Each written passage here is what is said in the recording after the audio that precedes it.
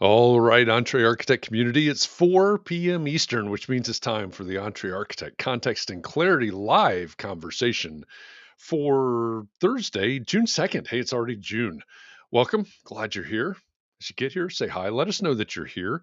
Let us know where here is for you. Where in the world are you joining this conversation from? If we've never met before, my name's Jeff. I'm in Indianapolis today. I come here every weekday afternoon at 4 p.m. Eastern for one reason, so that we can find clarity around the things that matter most to you, the architect. Doesn't matter if you're the employee of a firm or you own your own firm. Maybe you've circled a date on the calendar. You said 2022 is my year and you're on the runway to starting your own thing. Or maybe you have owned your own firm for a year or 10 years or 28 years and you're starting to rethink or reimagine what that firm could or maybe even should be. All of the topics that we cover, one topic every day, they all fall under the broad umbrella of the business of architecture, and they're all the need to know topics for the success of small firm architects just like you. So thanks for joining us today. As usual, for Context and Clarity Live, I am joined by my co-host, Katharine MacPhail. Hi, Katharine. Hello, Jeff. Katharine is an architect in Massachusetts. How much how much longer can I say Arlington? No, 1 week. 1 week. Okay. And I'm All just right. going to go with Fairhaven as of next week. But it's a little confused. I won't be here next week, though. So, Oh, that's right. That's right. yeah, taking the week off. Catherine's going to take, it's not going to be a vacation. No. Catherine's going to take a week off. But as usual, Katharine is here really to keep me in line, I think, to make sure I don't Hmm. make any huge missteps. So Well, um, speaking of which, Jeff, it are we looks going to talk about like. clowns again? No, we're not. But it looks like we're not Okay. streaming on Facebook, according to Benita. There's a couple people in from Facebook. Well, maybe it's just Benita. Okay. Well, Okay. hopefully we have that problem solved. It was last week we were not streaming to Facebook. So, um, maybe try it again. It looks like we've got a few people in from Facebook. I see Scott Thrift has joined us from San Francisco. He's the first in the room, which means that he is the winner of today's John Kinney Memorial Crocheted Bathtub. Congratulations, Scott. Thanks for joining us. Christian's joining us from Ithaca, New York on Facebook. Diego, hi Diego, joining us from Nicaragua and YouTube. Chris Novelle from Massachusetts and Janine, welcome from Arizona. Benita, thanks for the wave from Atlanta. Margarita's in South Florida. Jefferson's in Los Angeles. He's following Jessica. And Isra. Hi, Isra, from the North Shore of Boston. Glad you're joining us today. All right, a couple of people saying we can see you on Facebook. So maybe False you got to alarm. Facebook too early, Benita. It Mm. might just have not caught up yet, but it looks like we're good to go there. Mark LePage, hi Mark, he's joining us and multitasking today. Which, if you're out there and watching this, even if you're just multitasking or just playing to listen in, at least say hi. Let us know that you're here. We love the fact that our community literally spans the globe. We often have folks from California all the way around to Australia, or Australia around to California, or whichever direction you want to go around the globe. So at least let us know that you're here for the conversation. It's great to have you here. We appreciate you, whether you're on Instagram or not Instagram, whether you're on LinkedIn or Facebook or YouTube or Twitter or especially Twitch. We have a huge following of about 4, I think, on Twitch. So um, just say hi. Let us know that you're here for the conversation. We've got a good one lined up for this week. I think you're going to really enjoy and get a lot out of this conversation. Will Stafford, hello from Macon, Georgia. Glad you're joining us today as well. I was just down for all of you Georgians. I was just down for a quick, unexpected trip to Atlanta over the weekend. So great to see Georgia represented by Benita and Will today. Benita made it over to Facebook. All right, great. Aaron Pellegrino, Look at past that. Context and Clarity live guest. Welcome, Aaron, from Out of Architecture. She's tuning in from New York City. Glad that you're joining us, and followed, at least on my screen, by Emmanuel, who's also in New York City. So New York City, NYC is represented today. Great to have all of you here. Um, Katharine has put the URL up at the bottom left-hand corner of the screen. It's chat.restream.io/FB, like Facebook. If you are in a Facebook group right now and you're commenting away, and you're going, hey, wait a minute, my comments aren't showing up on the screen. The reason is because you're in a private group, and of course, Facebook has private or privacy policies, which say that your name and your likeness and such can't leave that group unless you give permission. So we need to give Facebook permission to talk to Restream, which is this platform that we use here for the streaming. So if you type chat.restream.io/FB, like Facebook, into your browser bar up there, do it in a different window than where you're viewing it from now. But if you do that, a couple of clicks later, you'll give Facebook permission to talk to Restream, and that should solve all the problems that you have, all the problems in the world. Awesome. It is. It's incredible what 2 clicks can do. Um, and if you say, "Well, I've done that before and it's not working," I don't know what the time frame is, but it expires at some point. So just try it again if it's not working. Pam, I'm glad you find us. I'm glad you found us. You finally found us, I think is where I was headed with that. Great to have you with us from San Diego today, Pam. All right. Oh, and I missed Michelle's comment there. It's Michelle from La Mesa, California. She's listening quietly. She says, for a change, she's recording a podcast. Michelle actually took part in, or actually hosted, I think, uh, a session for CRAN, the Custom Residential Architects Network, a week ago. I think it was the 18th. Oh, wow. Maybe that was longer ago than I thought. But our guest today took part in that panel discussion with Michelle. So great to have you with us today, Michelle. And with that, okay, great to have all of you here. And again, if you haven't said hi yet, let us know that you're here. Let me introduce our guest. We've got a great one lined up for today. Our guest, blew it already. Our guest is an architect, an entrepreneur, and a founder. He's the son of an engineer and the husband of a CEO. More about that later. Maybe he's a rancher and a miner. I don't know. We'll explore that idea in a few minutes. He's definitely an experienced taught social media and public relations expert. I don't know if he'd call himself that, but I think it's a fair statement.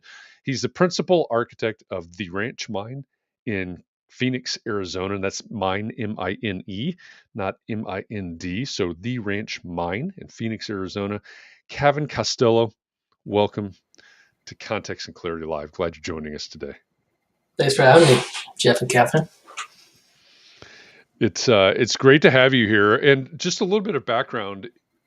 If you are if you're in the Entree Architect Community Facebook group, you can scroll back almost 2 years now, I think it is. And Cavin and I did a session together. I hosted it. Cavin really did this session, but I think it was September of 2020 on 5 steps to use social media to grow your firm.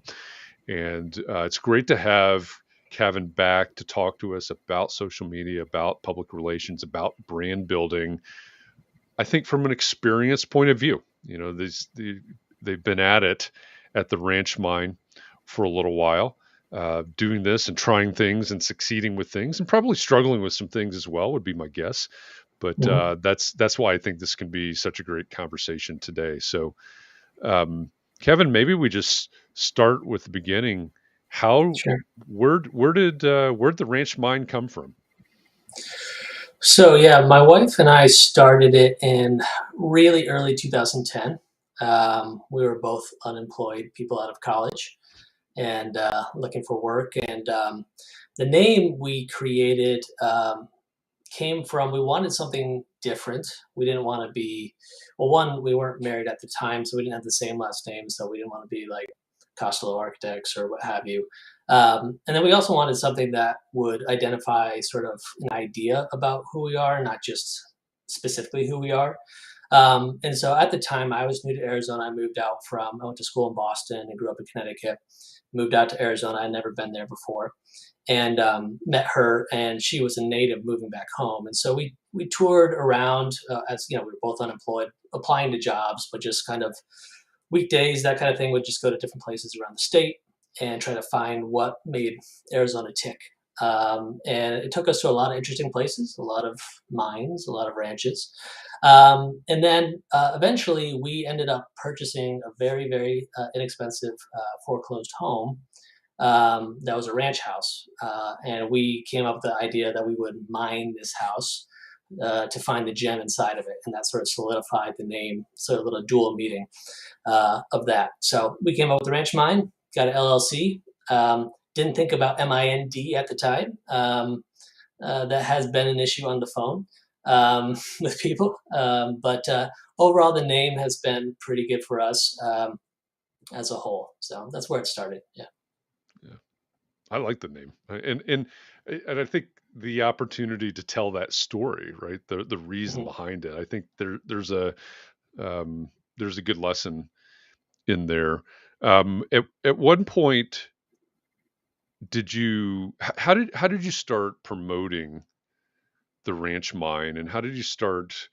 I mean, now if we look back, so everybody, you can go to the Ranch Mine official. That's their Instagram account, and you know, we talk about this a lot. I warn people, hey, you'll go to Ranch Mine official, you see what they're doing on Instagram today, which is fantastic. But the danger is looking at that and going, oh my gosh, it's overwhelming. I can't do that. Well, that's not where you started.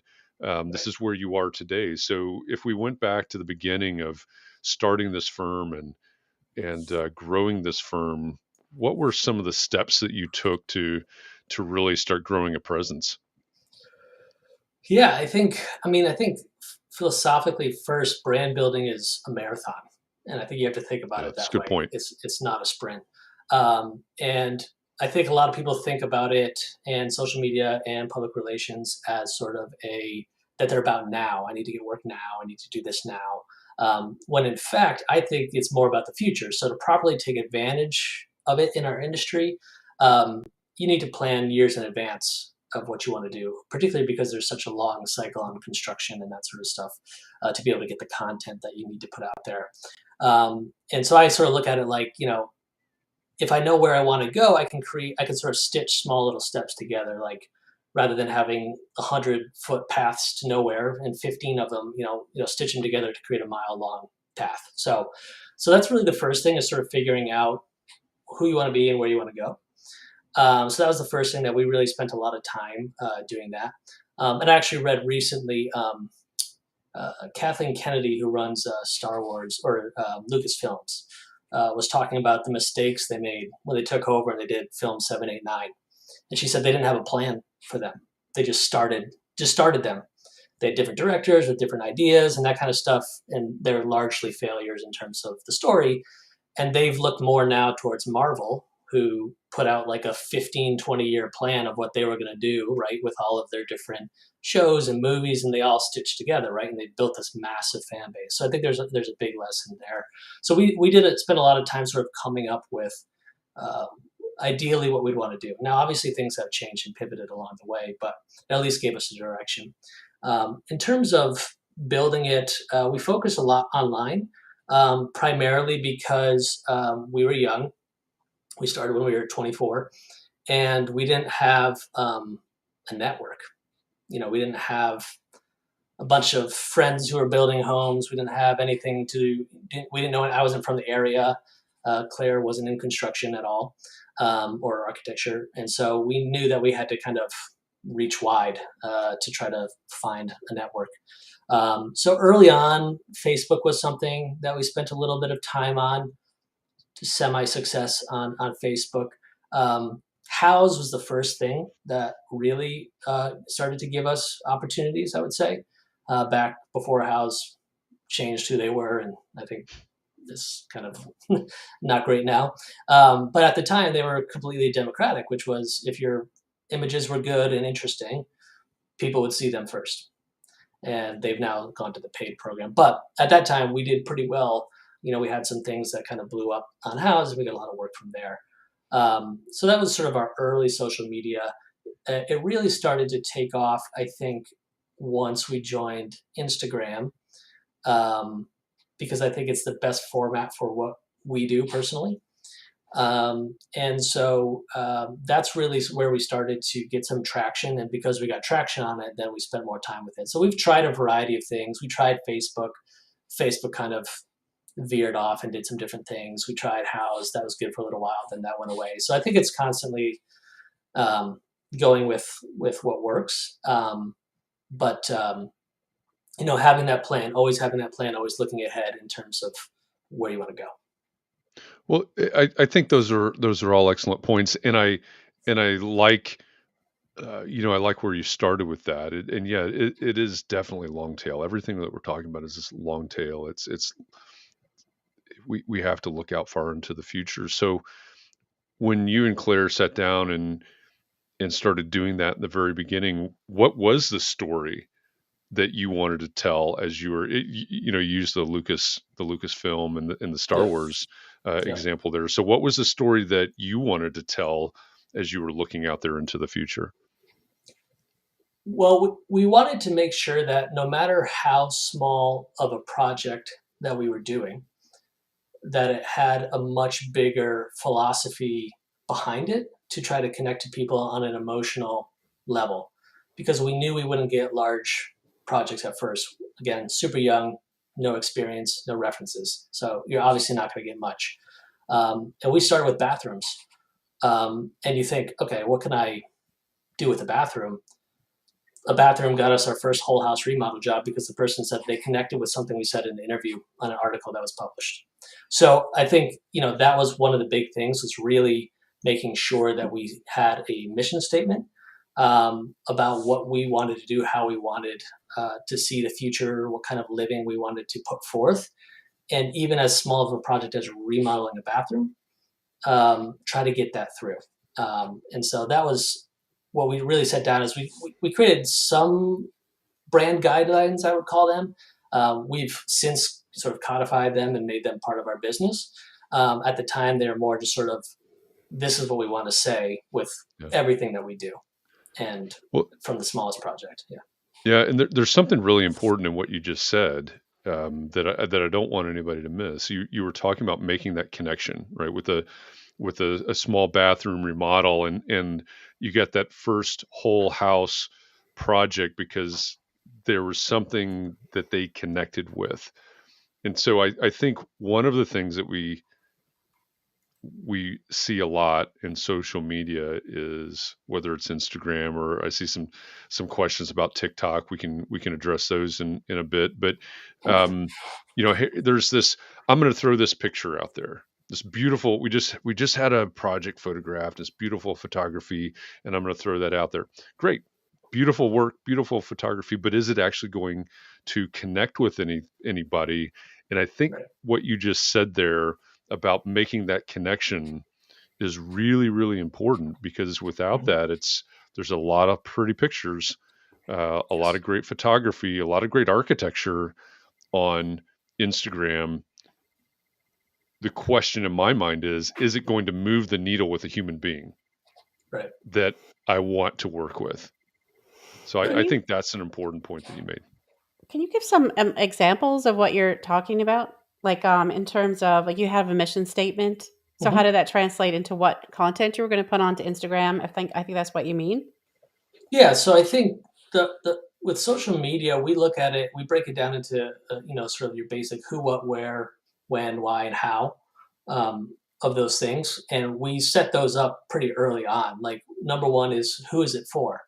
So who are we trying to speak to? Obviously, on social media, everyone can read it, but we don't really want to connect with everyone. So we're really talking to who we ideally want to hire us potentially. And then you can establish a voice by doing that. And so, like, you don't talk to your mother the same way you might talk to your best friend, right? So just figuring out our voice, that was very early on. And then the way that we talk about our work, we try to sort of, social media is a little bit different than publications, and I can talk about that. But we don't want to just talk about what, like, oh, here's a photo of a nice fireplace. Okay. We want to talk about why we did things as much as possible. Now, sometimes we might phone it in certain weeks here and there, but, oftentimes we really want to push the why of what we're doing. And from that, you find people will connect with why you're doing something, because they want something that way. They don't want that specific thing, because our ideal clients, we sort of say, have the pioneer spirit is one thing. And we identified that early on. That wasn't something we started with, but it's kind of funny with the ranching and the mining that we started with. We started to get all of these people, that all of our first clients, 90% we'll say, own their own business. Now, there are a lot of different people that can have their own homes, doctors, lawyers that make money and that kind of stuff. But ours were all entrepreneurs. And so we realized early on, they're all people who knew the challenge of, what I want doesn't exist. I'm going to take the leap of faith and go create it, which is the sort of pioneer spirit of how I'm living right now is not working for me. I'm going to go across the country, venture into the unknown, and try to create something that works for me. Right. That's pretty brilliant that and you that's figured sort that of- out, right? And you can help them with that. That's awesome. Exactly. And we collect a lot of data on people that we work with, and we do that for those type of reasons, to be able to figure out commonalities between them. And so we started, we have a questionnaire that we send out for every project, and we get that kind of information. What do you do? That kind of stuff.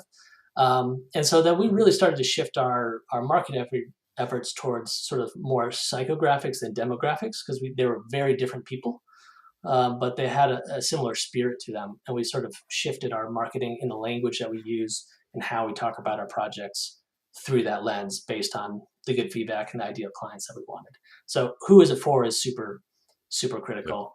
And then you go from there. Yeah. That is an important lesson. It's this is, I think it was maybe Jay Caroli brought this up on Clubhouse this morning. The great irony of social media, certainly, but any sort of mass media is, it's using these mass reach channels to reach the few that we really want to work with, and that's what you're talking about, is developing that voice and focusing on, in your case, the pioneers, the entrepreneurs. That is, as both of you said, I mean, that's a very specific, very targeted group, and that's a great step. So I do, and I'm with Katharine. I think it is brilliant that you realize that. But I want everybody out there to understand and to hear that it's a realization, right? It's an exploration that you've been conducting as you've gone along from the start, as you've grown, and as you've moved forward. Are all of your posts designed to reach or to speak to clients, or do you try to speak to other people, or like publications or anything like that? All of our posts are more to attract our ideal client. Publications, we have a different method for getting to those, which I could talk about. But yeah, all the posts that are social media are targeted towards our ideal clients, and not like a specific thing, but I look at it like they're all just chapters in a very long book, where most of the people say, I've been following you for years. So it's not about trying to win people over in one, this is the most amazing post of all time, beautiful thing, because you'll never post. If that's the case, you'll have so much pressure on yourself. It's just about being consistent, showing up week after week, putting it forth, using the same language that you want to speak to people, and not being maybe too architectural or whatever it is.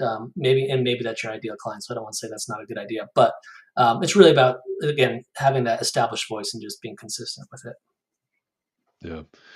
There were some questions earlier about TikTok. It sounds like you've tried some things, right? You've done Houzz, you've tried Facebook, your TikTok, or not TikTok, Instagram is working for you. Have you dipped your toe into TikTok yet?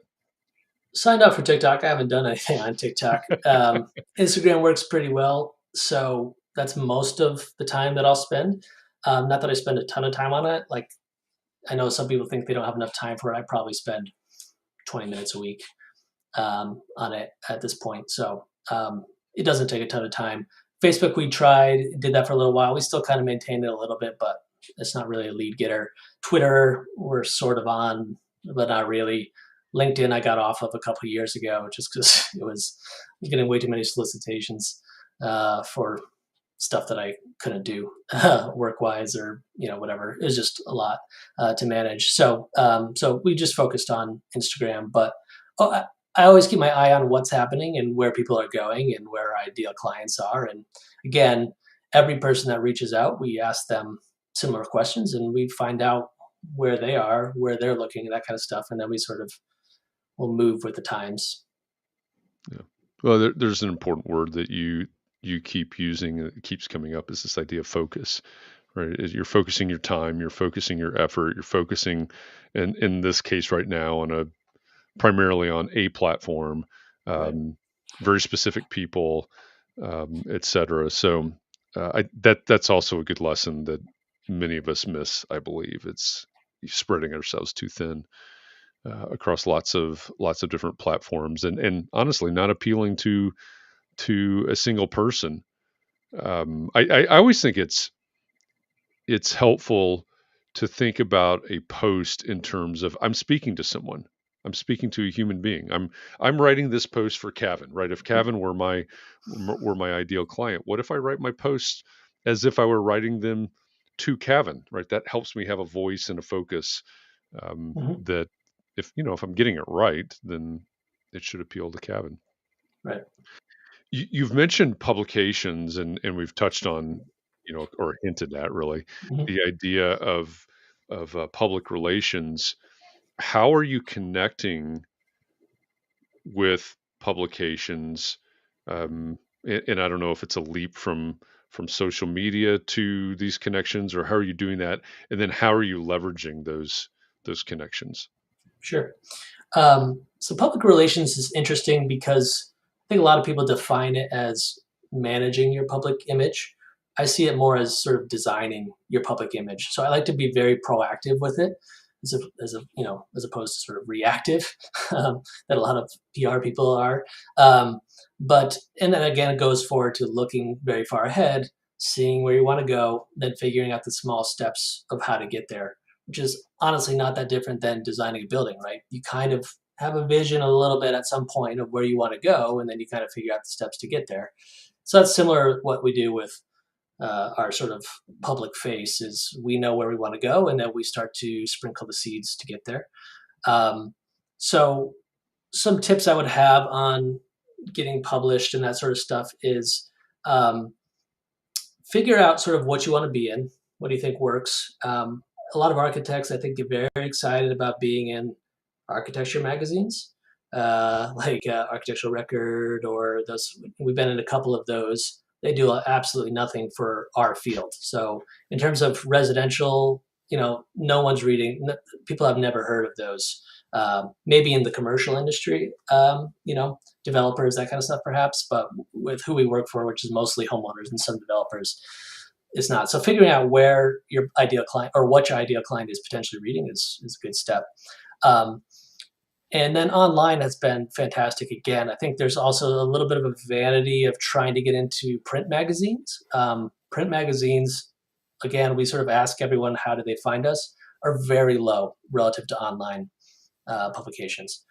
They also don't help your SEO, and there's a variety of other reasons that you got to wait 12 to 18 months to get the work published. By that time, if you're a young firm and trying to grow, you can miss out on a boom cycle of potential work, whereas online you could be published the next day. And so we focus a lot on that.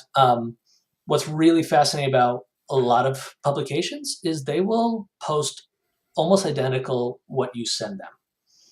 So if you create we create basically a Dropbox, which has a narrative, a write-up that has all the different team members involved, the size of the house, the location, when it was completed, etc. And then I write a story about the house.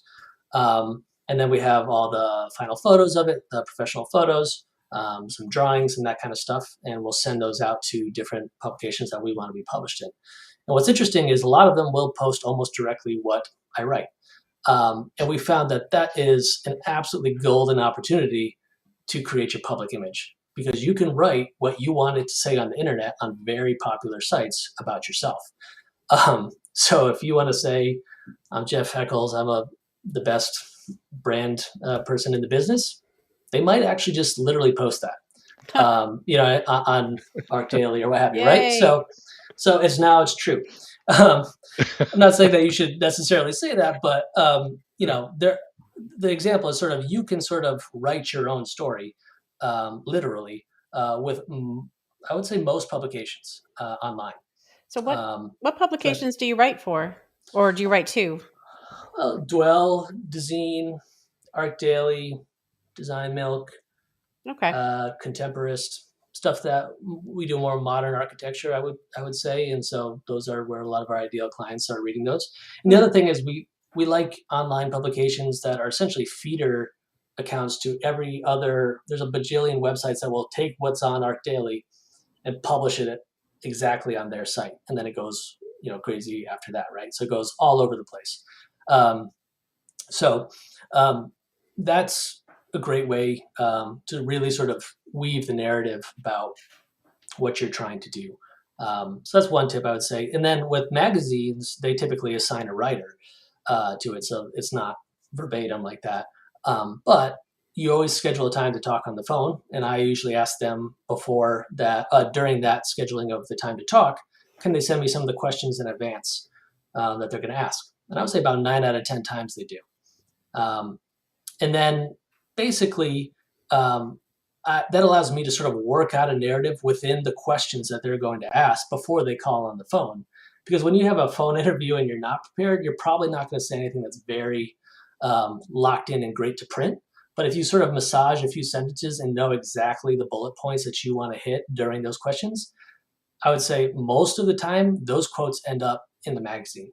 And again, that's really where you're starting to craft that narrative, when people are getting those takeaways, when you see the big picture in the magazine with that little quote that's in bold from the rest of the article. That's usually the one that you spent the time working on, because it's a really well-crafted sentence. So a lot of it's just preparing in advance for these moments, because they don't come up that often in our industry, right?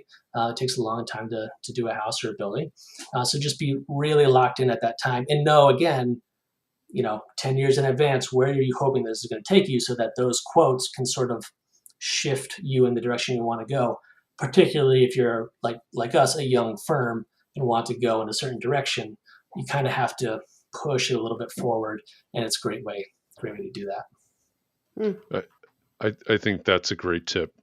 I think that's a really overlooked tip, is planning for that interview and creating that narrative so that you're ready in that interview. Using their questions or working within the framework, maybe is a better way to say it, of their questions to create that narrative.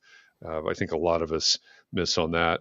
You've said a couple of times, or a few times maybe, that you're gathering this information, right? People are filling out the form. You're gathering this information from clients and prospective clients. What does that look like? It starts with a form on your website, I think, but what does that look like in okay, you send a follow-up. How much information are you gathering? What kind of information are you gathering? A wide variety. It's about 7 pages long, I think. We use it for a variety of things. One, people who refuse to fill it out, we move on from.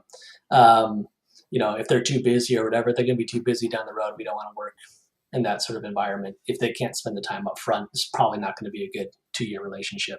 So it's kind of a filtering device a little bit. But a good amount of people fill it out. It has sort of your more quantitative sort of questions, scope, all that sort of basic stuff. A little bit about who's going to be living in the house, people, pets, who visits the house, etc. What do you do? What's a typical, then it's more qualitative. What's a typical day look like for you right now? And then what's an ideal day look like for you right now? And we find that the most successful projects can we bridge that gap? What's your typical to what's your ideal? And that's where we sort of live, is in that little bit there. And then a variety of other questions that are more, again, about them and their lifestyle, because it's a big portion of what we try to do and design from. The other benefit of it is it helps with marketing. We've used quotes from those in marketing material 3 years later, but we have it written down because it was originally filled out. Because we say to them, like, if you had a mission statement for your home, what would it be? And some people really nail it. Some people, it's not good at all. But sometimes you get those winners, and you're like, okay, I can really build off of this. or they're just writing about how they want to live and they're very passionate about it. And we can take that and we can wrap that into a narrative. And so it helps us on a lot of different levels, and it's a wide ranging thing, but it goes on beyond. We're always trying to get past the sort of like how many bedrooms, how many bathrooms. Like we need that information, but we don't want to focus on that. We really want to focus on the quality of life aspect and the emotional aspects of the building. So I mean, you're focusing on the compelling things, not the facts, the figures, not the the sort of real statistics, estate the listing. features. Yeah. Sorry, Katharine, I cut you off there. Well, I was just wondering how you use it on your website. When you say you use it on your website, when you have the published photos of the project and then you'll include their original mission, is that we use how it you in use the publication? So the narrative that I end up writing for our projects, I'll use clips from that in that. Okay. So that's a great idea. Because when you go to when a project finishes, you're so far removed from the origin of the project, right? It usually takes years. And so to have that in writing really allows you to get back to the core of who you are. And that's another tip I would say, is that we create a marketing folder from the first day we start a project. And we continue to put stuff in it. You know, anything that comes up, it could be something they say during a meeting. I go, wow, that was really interesting. Write it down, throw it in the folder. Because at some point, that's what's the story for the house. Now, everyone has that. Everyone designs that way and that kind of stuff. But to be able to then write it at the end with the pictures that accompany it, that's sort of the powerful thing. And going off of that, I think someone mentioned photographs earlier. I saw on the right. We do hire the same photographers for every project. They're all professional. They're professional photographers. But I send them the narrative of what I'm going to send to the press before we shoot the photos, because I want them to know the story of the house so that they can tell it with how they shoot the photos. Because if they're seeing the house a different way than I'm seeing it, then it's not going to match, right? You're not going to have the same thing. Now, of course, they're professionals and very artistic and might find stuff, and I'll adjust the narrative a little bit. If there's some shots that I go, oh, that's really interesting, and that brings up something else, I'll adjust it because I haven't sent it out yet. But I like them to be on the same page as myself, and we've been with them for, I don't know, 8 years now or so, maybe 9. And so their narrative has grown with ours as well, so they understand kind of what we're trying to do with a lot of stuff. That's awesome. So Chris Novelli had a question. Back in the day, did you take on work that didn't fit into your larger vision when you were doing, you had your mission, then you had the bathrooms. Did they all fit? Or did you First of all, have to hey, Chris. Chris is really nice. Reaches out on Instagram sometimes. Yes. Well, I wouldn't say our vision is more about sort of the growth and how people want to live, and sort of stepping out of the box of what was and questioning what could be. That's really sort of, and I think you could do that with any project. So I wouldn't say that we took projects that didn't fit our mission, but there are definitely projects we set up goals every year, and we have the sort of brand guidelines, and I distribute it to our employees, have access to all of this stuff so that they're on the same page as us of what kind of projects we want to take on. And we break them down primarily into 2 types, which is legacy and livelihood. I like alliteration, which is we want to have a good balance of both, because not every project is going to be an award-winning project. But I do think you need some of those continuously to continue. If you want to keep growing and building your brand, I think you need to make sure that you're pushing yourself with the legacy type projects while you're also supporting. Got a lot of mouths to feed, so having a steady business that's profitable as well. So, but I think you can, if your mission is an interesting why as opposed to a result, then you can probably fit it into any kind of project, I would say. I think that's a great lesson as well. It, everything that we're talking about, we're talking about the birth of a firm, essentially the journey from the birth of the ranch mind to where they are now, and Cavin and the whole team's progression and learning process and the things that they've done to this point. So there's some really great lessons here. I love the legacy and livelihood alliteration. That's a good one. We're talking about a lot of storytelling here as well. We had Rain Bennett, storytelling coach, 3 weeks ago, maybe now, on Context and Clarity Live. So storytelling obviously pops out as a skill here in this conversation. And I also want to point out, and I mentioned this at the beginning, it was actually September 1st, 2020.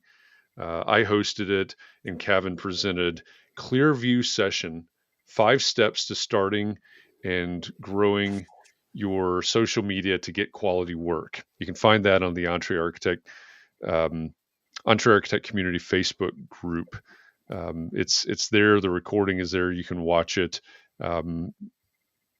As the title says, Cavin walks through 5 steps to implement some of these things that he's talking about right now. So I encourage everybody to go back and review that, because I know you've all watched it, right? Go back and review that. There's some really good stuff in that video, certainly. So you take on projects, legacy in mind, growth in mind. Is that what you're using public relations for, the legacy side of it? Well, both really, because the growth of your influence online will lead more people to you, which gives you more opportunity for livelihood projects as well. And that's, I think, the big thing about social media is, there's a lot of reasons to try to grow your following on social media. One is we want to be able to control the narrative of building our brand, and that allows us to. Publications, you sort of can, like I mentioned before, but they can also write things that they want to write too, and there could be incorrect things or that kind of stuff, right? Two, yeah, we want to attract our ideal clients, and I think I've seen before in a variety of posts and that kind of stuff that social media is for young people, and you can't really get good work from that, and it's not really true. I was looking at our statistics earlier. Let me just look over it. 57% of our followers are over 35 years old. So more than half. And then another 35% of them are 24 to 35. So you have sort of your current potential clientele, and then you have the next generation, right, that you're also starting to groom in a certain way, or give this sort of connect with them in a way. And so I see it sort of as, it's not just about growing it for your current clients. Again, it's about growing it for future clients.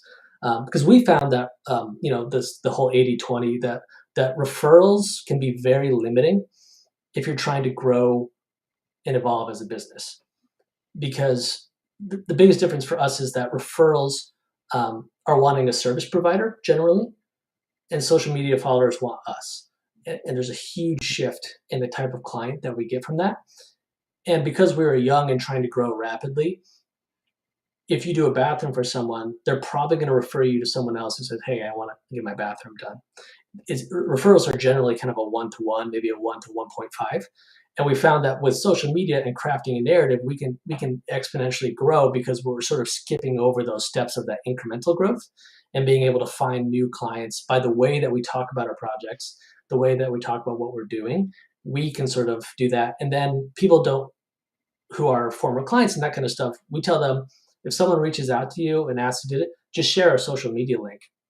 Don't feel like you need to say anything. You can talk about your experience, of course, but in terms of what we do, have them look at that, because it's going to be way more current, because we probably started working with you 3, 4, 5, 6 years ago. We were a different firm at the time, right? We might have just been 2 of us doing bathrooms. Now there's 7 of us doing mostly new builds, right? So it's a much different firm in a short amount of time in the building world. And so that's another reason why I think it's important to kind of grow your social media following. The 2 other aspects I wanted to bring up on that are, it helps attract quality employees.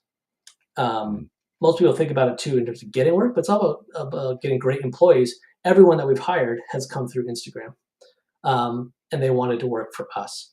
And so again, that sort of wanting to buy into the mission has helped us find really solid, really great employees that fit our culture. And then the last one is attracting quality builders and subcontractors and all that kind of stuff, because they see it and they want to be part of it. And so that's helped us grow our network, again, from people who had zero connection to anything here to a much wider connection pretty quickly. It's been instrumental in that. Yeah, you really are touching on all aspects of brand building there, and going back to the referrals versus social media or whatever the proper way to frame that is. The Sure. way that I think about that is that referrals are looking backwards, right? Right. They're looking back at this project. Now, as you said, what was your experience? What was the result of this? That's definitely important, but it's looking Right. back. And as you said, the beauty and the power of social media is it can be aspirational and certainly forward looking. Right. And that's another great lesson that everybody needs to take away from this. If you feel like you're stuck, doing bathrooms as the Mhm. running example here, Yep. then how do we get out of that? Right? We have to create something that's aspirational, something that's thinking bigger, if that's the right way to say it, than Sure. than bathroom remodels or something like that. I think that's a great lesson. And you might already be past that. That's the thing about our industry is you Right. might already Right. be doing full houses, but until they're completed and you have final photos, they don't exist in the world, right? You're not going to get referrals from people that a project isn't done yet, but you might have already designed the house and maybe it's in bidding or permitting and that kind of stuff. And you have this beautiful piece of architecture. How are you going to share it, right? And you might be able to get more just based on that. That happened numerous times with us. Yeah. Yeah. What percentage of your work is coming from Instagram now? It's hard to say whether it's just Instagram, because a lot of people say it's a combination of Instagram and online. It's those two things working hand in hand. That typically they find us actually on online articles, Mm. and then again, because when I write the stories, I'm putting in keywords to who we are. So if you're Right. wanting modern architecture and all this kind of stuff that we do in Desert and Pioneer, et cetera, that's all going in there. So you're Googling any of that stuff. Now it's all over the internet, right? And then they find us on Instagram and follow us. Typically, this is the pattern. So they find us online, go to our website, follow our Instagram, follow us for a little while, say, I like what they're doing, then reach out. So it's usually a combination of those. But I would say 95% of our clients come through that. And then 5 to 10% referrals. So here's a really practical question. You talked about basically writing the article and sending it to somebody at Dwell or Dezeen or whichever.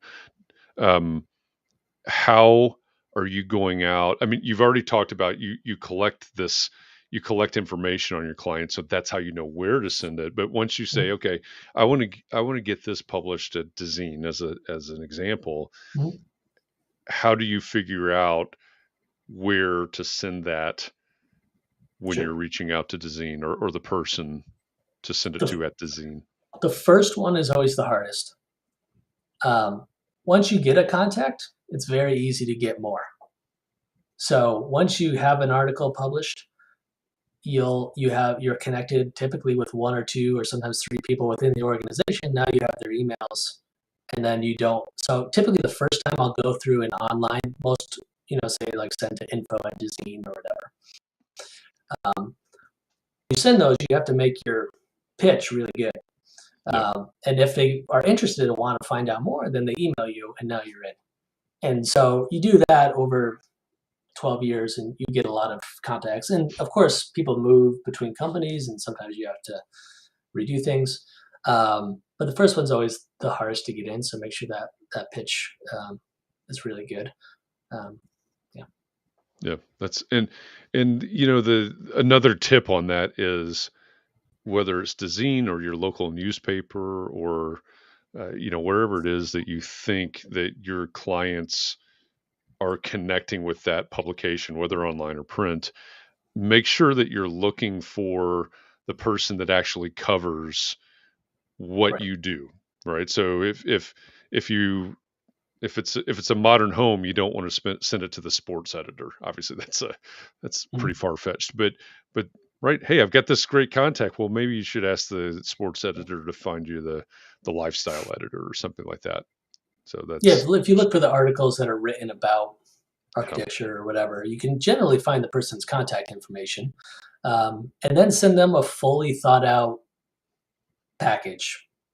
Make their life as easy as possible to want to publish you, because they're often like us, working on deadlines and wanting to do what makes their life easier. So if you send them something that's like print ready, you're more likely to get published than someone who might send, I took some shots on my cell phone and it's kind of a cool house, like, versus I have a title for the article, I have, all that kind of stuff. That's the other thing I do is back in the day, researched article titles, went through Dwell and those places, and just wrote down in a document hundreds of titles. You can start to find patterns of what they're looking for and how they describe things.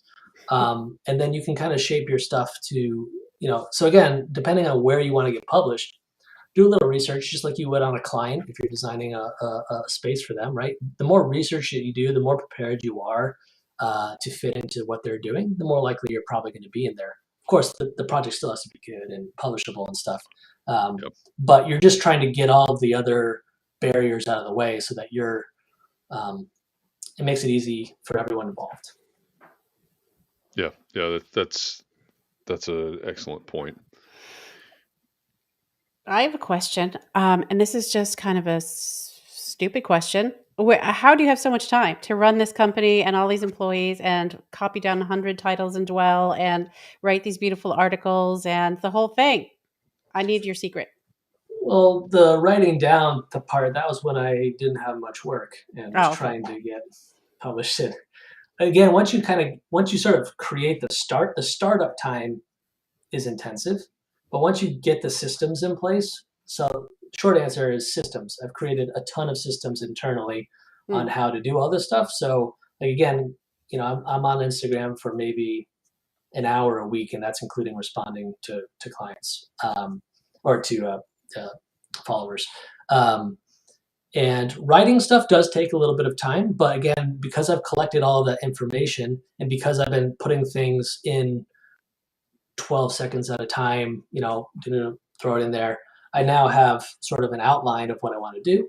And then the other thing is, I think once you get into the rhythm of it and you're attracting your ideal clients, you're not wasting a lot of time on trying to force square pegs into round holes with clients that might not work for you and that kind of stuff. So it frees up a lot of your time if you're doing projects that you want to do with clients you want to work with, and you take the friction out of everything else in your life if you start to get those clients. So it's kind of a snowball effect. You've got to push the snowball a little bit to start it. But once it gets going, everything starts to work in a way. And some of it's really, I have a notes thing on my iPhone that's a running list of just ideas that I have. I could be watching TV or, feeding my daughter a bottle of milk and, oh, here's an idea. Just write that down. And then I have that, for later. And it's just long. And then I create a Word document on the computer and put it in there. And then I have just sort of musings over years and years and years that can then be inserted into different narratives or texts and that kind of stuff. So it's all part of if you work it into your process, if it's part of your business, then then the time kind of works out. But I work 40 hours a week, so we don't do any overtime or that kind of stuff.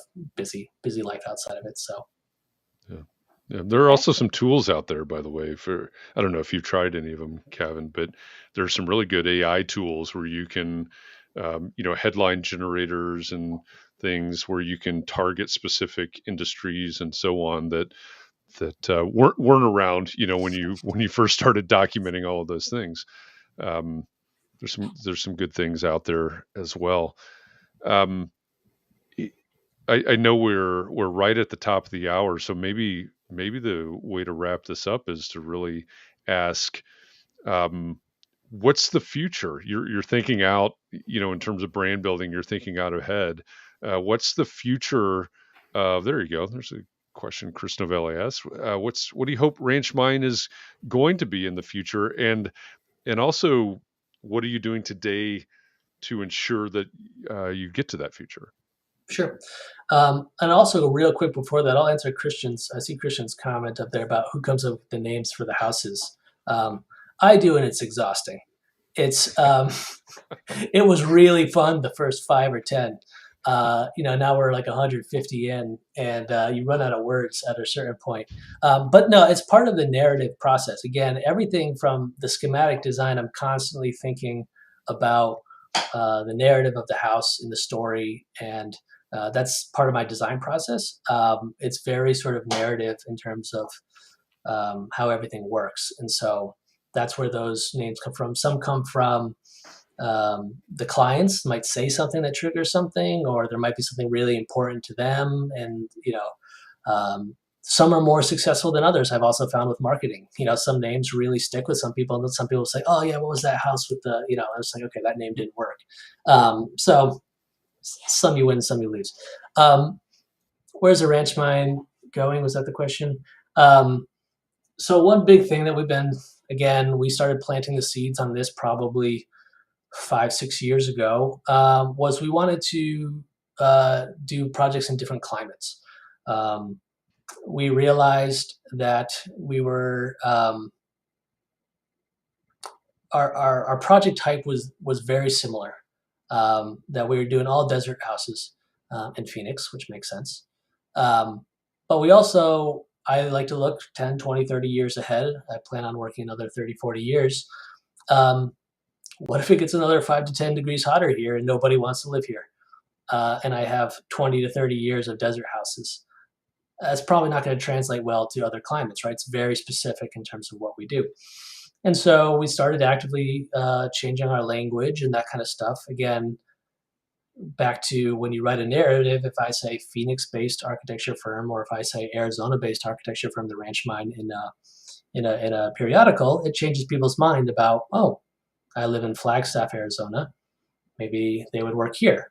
It's just small little shifts like that over years and years and years, and you start to push the needle in a different direction. And so that plus the sort of pioneer psychographics of what we're looking for in terms of clients attracts people we found to certain places. And we also found we had clients who started to say, hey, maybe I want a second home somewhere. Most of the homes we do are primary residences. And those areas were in different areas of the West. And so we changed to focusing our portfolio on desert, mountain, and water, and different kinds of project types. So we wanted to diversify in terms of the project locations and the critical elements, the sort of elemental elements of those spaces, as opposed to doing mixed use or that kind of stuff, just because it's easier for our processes to translate to different areas. So I got licensed in Colorado and Montana, and we've got a bunch of projects. We got about 10 homes in the work in Flagstaff, Arizona, which is very sort of, it's kind of like Colorado. If people haven't been here, it's on the Colorado Plateau, mountainous, cold, snow. We've got 2 projects, or 1 project, potentially another in Montana going on right now, under construction, some in Colorado. We have a house on the water in Belize. We have another house on a lake in Arizona, one on a river in Tennessee. And so what's interesting is if you start putting out I often believe in to just say things out loud, and you never know, right? And so we started to tell people that we were focusing on this, and sure enough, we've probably gotten 10 to 20 projects in those other categories since we started to do it. And those will start to finish shortly. We just had our first project in Flagstaff finally finish a month ago, or a couple weeks ago. And so we're going to start putting that out there. And so that's sort of our big focus has been to diversify the locations of what we're doing for sort of long-term growth and giving us more opportunities to work in different, we're now working in different states, different countries, potentially different continent, because we've started to put out that we work in different locations. And here's our focused thing. So like if you have pioneer spirit and you want us to help you and you're in these locations, then we can do that. And so that's our big focus of where we're trying to grow currently. I love that.